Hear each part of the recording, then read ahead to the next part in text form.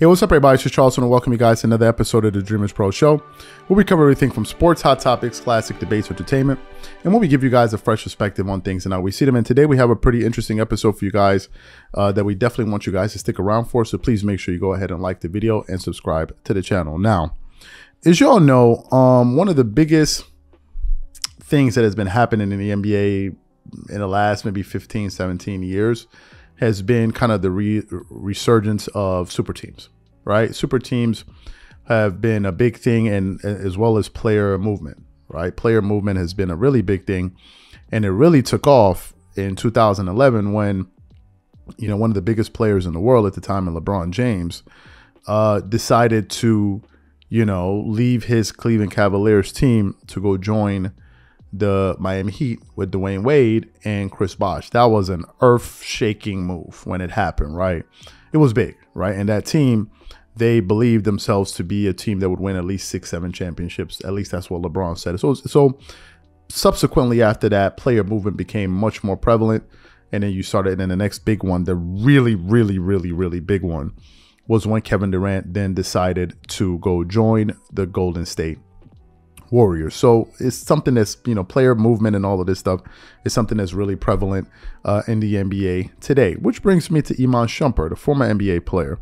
He recently sat down and did an interview, and funny enough, in the past he had shunned the idea of players jumping around teams. He's like jumping from team to team. He's like, yo, bro, what are you doing? Why are you doing the job of a GM? Why are you doing this? And it was something he frowned upon. But yesterday he spoke to Vlad, and he was asked, about this very same thing. And what Vlad did, to give you guys some quick background to this, Vlad essentially asked him about the situation with the Brooklyn Nets, with Kyrie Irving and Kevin Durant and all of that, right? So that was the backdrop of the question. And what Iman Shumpert said, I thought was actually very interesting, especially what he said towards the end. So what we want to do is here, we want to play what Iman Shumpert had to say on Vlad TV about this very specific thing we're talking about. And then we're going to come back and react to it. So take a listen to what he had to say here, and then we'll come back and react to it. Take a listen to that. Because there was so much talk about them, you know, KD's leaving, Kyrie might be leaving, but ultimately they stayed with the team. Were you surprised? I wouldn't have been surprised either way. Leave, stay.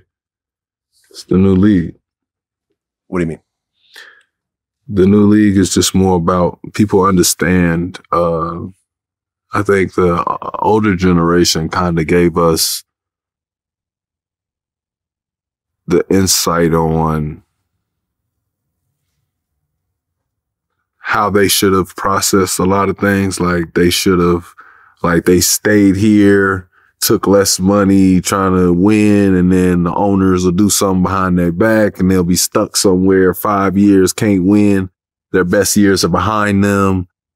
They created this, you know, mindset for the younger guys that, one, I won't sign to a long term, or if I do sign to a long term, I'm gonna have a no trade clause, but I can still get out.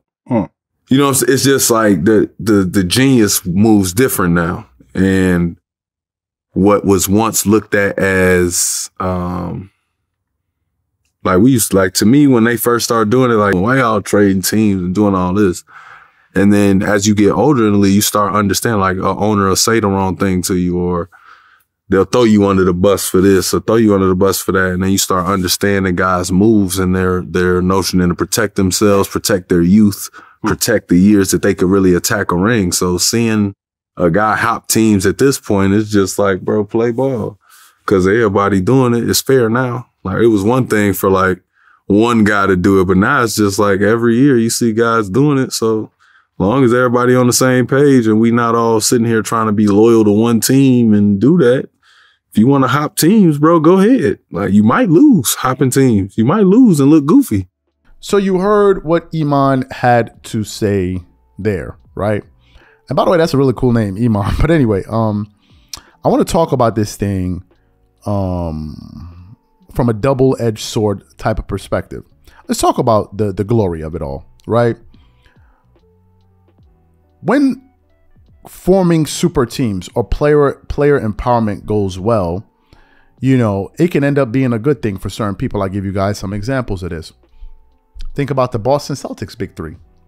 Those were guys when they're early, mid-30s when they did it. But nevertheless, when that team formed with Kevin Garnett, who had already been a league MVP, one of the best players in the world, Paul Pierce, one of the best forwards in the entire NBA, and of course, Ray Allen, one of the best shooters and two guards in the entire NBA. When that thing came together, that team went on to win 66 games that season. And they went to the finals and beat Kobe Bryant, Kobe's Lakers in 6 games. And game 6 was an absolute, you know, blowout, bloodbath. And they beat them. In that instant, it worked out well, right? And the player movement and super team thing, you know, ended up working out well for those guys. Give you guys another example. The Miami Heat with LeBron and these guys. You know, those guys went on to win 2 championships in a row, and I think they went to the finals, I believe 4 years in a row, if I'm not mistaken. And it ended up working out well. LeBron picked up his first ring, picked up his second ring. D Wade ended up picking up 2 additional rings. Chris Bosh ended up being a champion. I think, Eric Spoelstra ended up being a champion, so it worked out for them. And then, of course, you have the Kevin Durant Golden State Warriors situation where KD decided that he wanted to join that team, and they became virtually unstoppable. And Kevin Durant went on to win 2 finals MVPs, and the Warriors won back-to-back championships. Stephen Curry went from having 1 ring to 3 rings, right? So those are instances when things work out well. To the point where he said you can, you know, where things can go wrong. Give you some more examples. KD was on top of the world when he won those 2 finals MVPs back-to-back. Now, the very thing he was being praised for is the very thing he's being destroyed for, which is now you cannot win without Stephen Curry ever since Stephen Curry won. And that decision that looked like a good decision now all of a sudden looks like a bad decision. That's the double-edged sword of it all. You look at the situation with LeBron and these guys. Initially when it happened, it was, you know, it was major. It was a major move. But then he had the situation that happened in the 2011 NBA Finals. And to the point that he made, there you have a moment where things can go, where you can end up looking goofy. You thought something was going to work and it didn't. I'll give you guys another example. My favorite player in Kawhi Leonard, right? Now, he had won the championship with the 2019 Toronto Raptors. He was on top of the world. Went to the Clippers, got Paul George. Everyone thought that this was the team that was going to go on to win an NBA championship. And what happened? They ended up blowing a 3-1 lead in the Orlando bubble.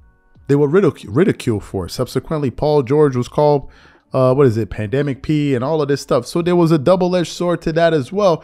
And you can end up looking goofy. And I think if we kind of look at it from a macro standpoint, what Iman Shumpert said in that audio was 1,000% on the money. It was an astute observation on his part. And I think he was, I mean, it is true.